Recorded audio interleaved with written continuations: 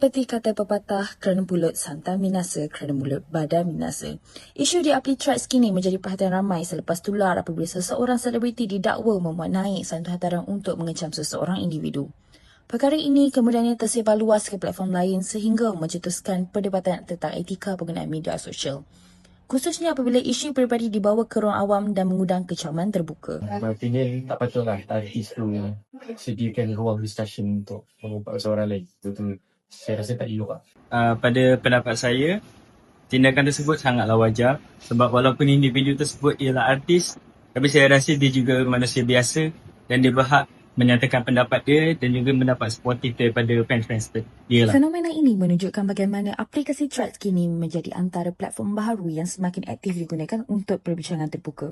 Sama seperti platform media sosial yang lain. Namun begitu, pakar komunikasi menegaskan bahawa apabila sesuatu isu menjadi tular, merentasi pelbagai platform, risiko penyebaran maklumat yang tidak seimbang dan kecaman terbuka juga semakin tinggi, terutamanya apabila ia melibatkan individu awam seperti selebriti. Pendapat saya,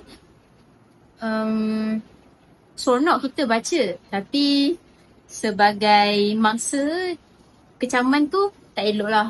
Sebab kita semua orang juga, kita semua manusia biasa dan mendapat kecaman tu bukanlah satu perkara yang baik. Sama juga saya rasa benda tu macam tak patut dibuat lah. Sebab yelah privasi orang kan. Why should we bother dengan diorang punya urusan harian. Dalam era digital masa kini, interaksi merestasi pelbagai platform media sosial menyebabkan sesuatu isu boleh berkembang dengan lebih pantas berbanding sebelum ini. Algoritma seperti tabiat perkongsian pengguna turut memainkan peranan penting dalam mempercepatkan lagi penyebaran kandungan tanpa sebarang fakta yang So literasi media ni boleh kata satu benda yang wajib.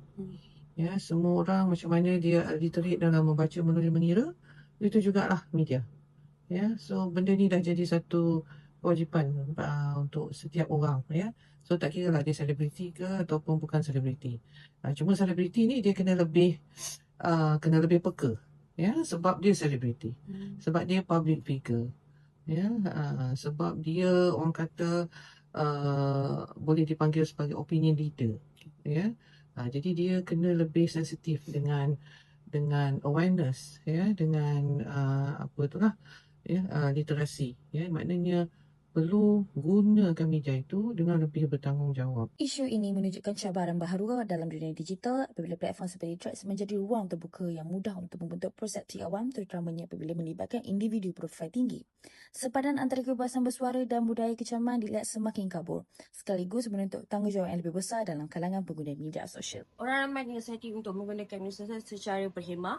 Bab kata pepatah terlajak perahu boleh diundur terlajak kata buruk padanya. Setiap komen yang perlu dibuat dengan penuh tanggungjawab bagi mengelakkan kesan yang tidak diingini. Sekian laporan daripada saya, Nurul Fatihah.